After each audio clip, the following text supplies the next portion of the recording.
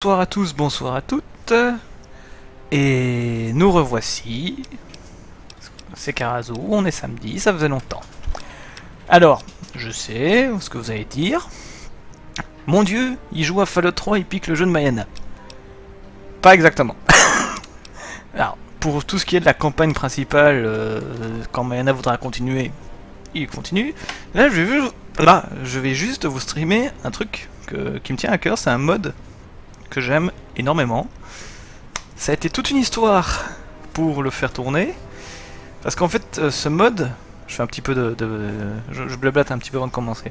Ce mode en fait vient avec un, enfin c'est pas un mode qu'on installe bêtement comme un autre, c'est un mode qui a un point exe spécifique.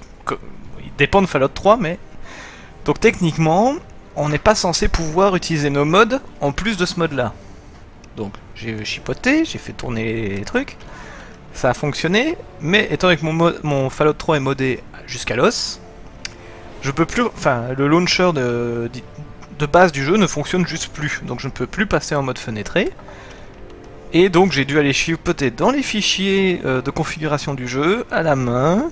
Hein, enfin, en gros j'ai bricolé, j'ai fait MacGyver pour vous fournir ce stream, donc j'espère que ça va vous plaire. Allez, on commence. Donc j'ai déjà un personnage avancé, niveau 23 là, et donc histoire de bien rigoler un bon coup, vous allez voir que en fait je joue à Fallout 4. Oui, Sydney, c'est de l'autre côté de la... Excusez-moi. Compagnon de merde. Sydney.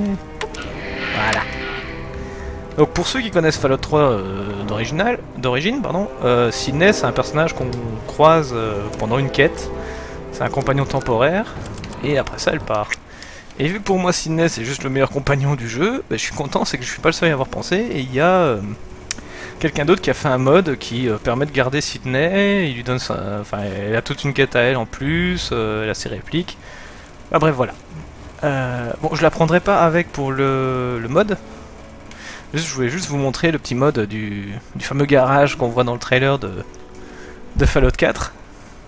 Alors, on peut le visiter et tout, hein, mais hop, voilà, on récupère la clé. Ici, il y a une table de craft avec... il y a la tenue de l'abri 111. Il y a le fameux mousquet laser qu'ils ont montré dans une des bandes annonces. L'armure, bon, c'est pas l'utiliser, mais l'armure est là aussi. Je trouve ça assez rigolo. C'est un mode qui sert pas à grand chose, mais je trouve ça fun. Et puis bon, on est perdu à l'autre bout de la map, comme vous voyez.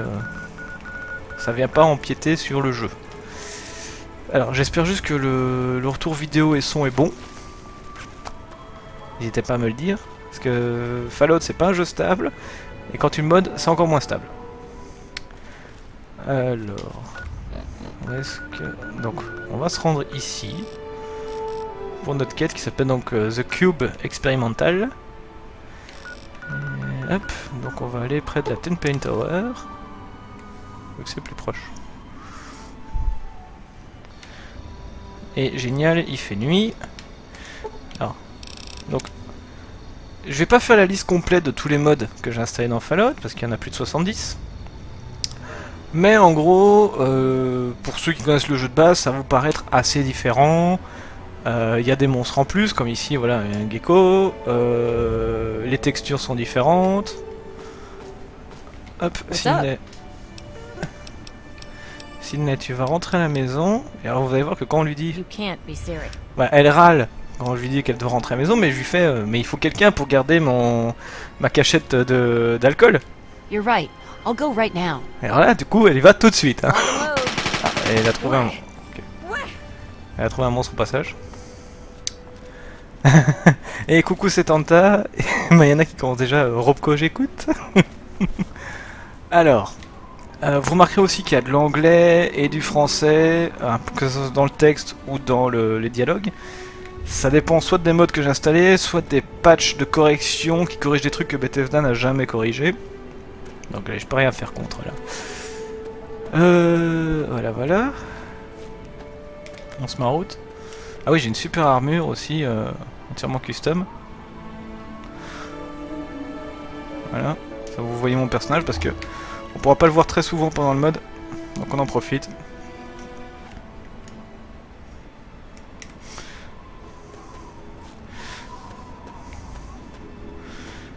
Alors c'est parti, c'est par où? C'est par là.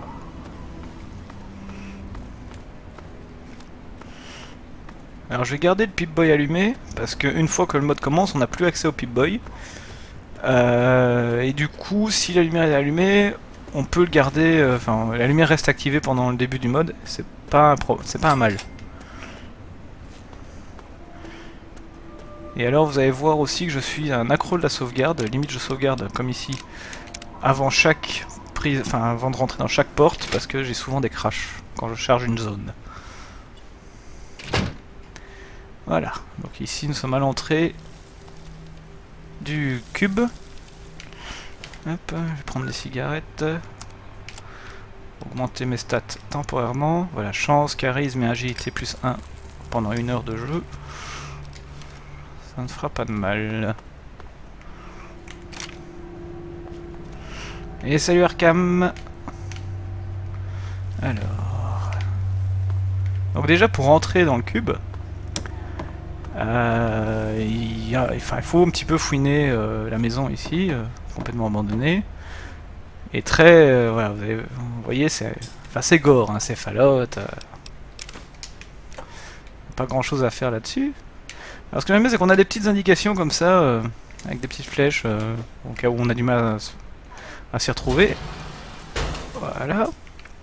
Et alors déjà, là, ce que vous venez de voir, c'est déjà un des trucs qui me... Quand j'ai commencé le mode, j'ai fait putain, ça c'est classe. Parce que des mini cutscenes comme ça, donc en gros, on voit une porte qui s'ouvre sans que ce soit de notre point de vue, eh ben c'est classe. Une petite seconde, c'est que Nier, qui a le bras dans le plâtre, a besoin d'un petit coup de main. Excusez-moi, c'est médecine à domicile.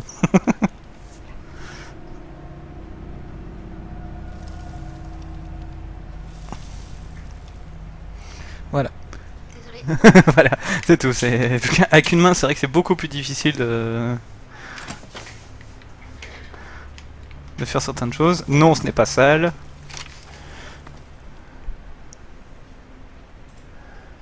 Ah, alors, cet Anta a des problèmes. Bon, malheureusement, cet Anta, je peux difficilement descendre la qualité du stream. Tout simplement pourquoi? Parce que sinon ça va pixeliser comme c'est pas permis. Alors je ne sais même pas si ça pixelise pas déjà. Alors on me dit que ça pixelise un peu mais ça va. Donc voilà, je vais essayer de pas me déplacer trop vite pour pas que ça fasse de gros pixels. Du moins tant que je n'ai pas à me déplacer vite. Voilà. Donc là tout ce que vous voyez là, les textures, vraiment travailler des murs, etc. Ça c'est pas le mode, c'est juste un autre mode graphique que j'ai. Et ça s'accorde bien. Hein. Ça donne un aspect encore plus démoli au décor du jeu qui sont vraiment charmants. Enfin, une question de point de vue vous allez me dire, mais... Je vais le dire tout de suite, hein, je préfère Fallout à Skyrim. Voilà, je préfère l'univers de Fallout à Skyrim. Il y en a qui vont me foutre au bûcher, il y en a qui le feront pas. Chacun ses goûts. Voilà. Et maintenant, je me suis déjà perdu dans les deux couloirs d'entrée. C'est par là. Voilà. Life, Cube, Lie. Ça sent pas bon cette affaire. Surtout qu'avant, sur un des autres murs, c'était marqué The Cube is Life.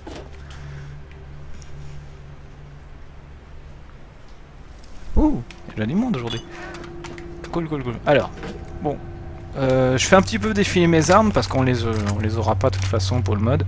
J'adore celle-là. C'est une sorte de shotgun Colt complètement... Enfin, c'est psychopathesque quand même, écoutez. Cette belle chanson. Alors ça met 107 ans à se recharger par contre, et ça n'a que 5 cartouches. Donc c'est à utiliser avec parcimonie.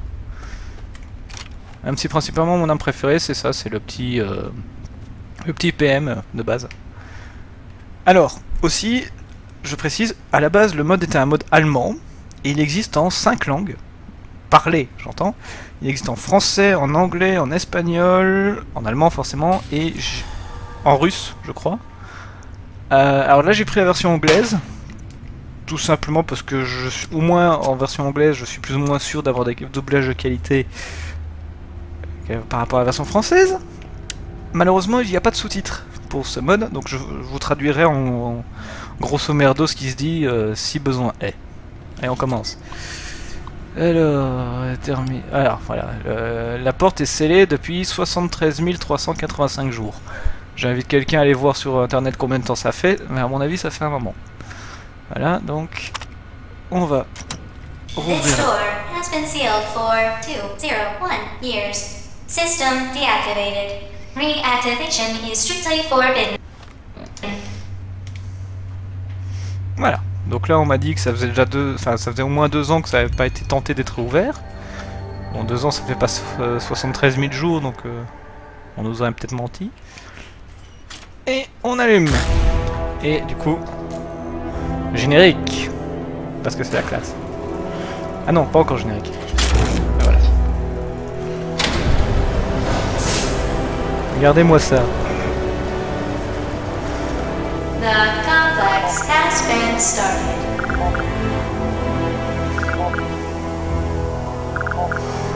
System start induced. Tonasystem online. Avouez, c'est classe. Hein, c'est limite plus impressionnant que certaines scènes, enfin que certaines extensions d'origine du jeu. Je pense surtout à Point Lookout, que j'ai vraiment jamais su aimer cette extension. Alors, note importante. Nous avons réussi à désactiver le système juste à temps. Maintenant, faites attention à ce qui reste. Enfin, que ça reste dans cet état-là. Alors, petit 1, les personnes non autorisées ne doivent pas rentrer dans le complexe. Petit 2, ne pas rebooter le système sans qu'on vous donne l'ordre. Ça, c'est déjà un peu tard. Numéro 3, la station 3 est perdue et vous savez pourquoi. Bah, moi, je sais pas. Et les boîtes de fusibles sont interdites à tout le monde. 5, vous avez compris, ne pas toucher aux boîtes à fusibles. Ok, voilà. On commence bien, hein. Alors... on va bien entendu faire tout le contraire de ce qu'on nous dit. Ah. J'ai un petit problème de son. Oui, j'ai un petit problème de son et ça commence bien. Excusez-moi.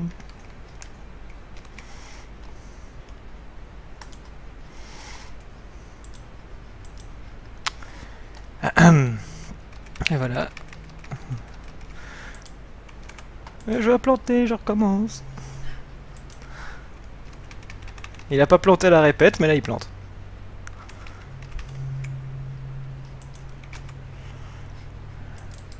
Et j'ai perdu ma souris en plus.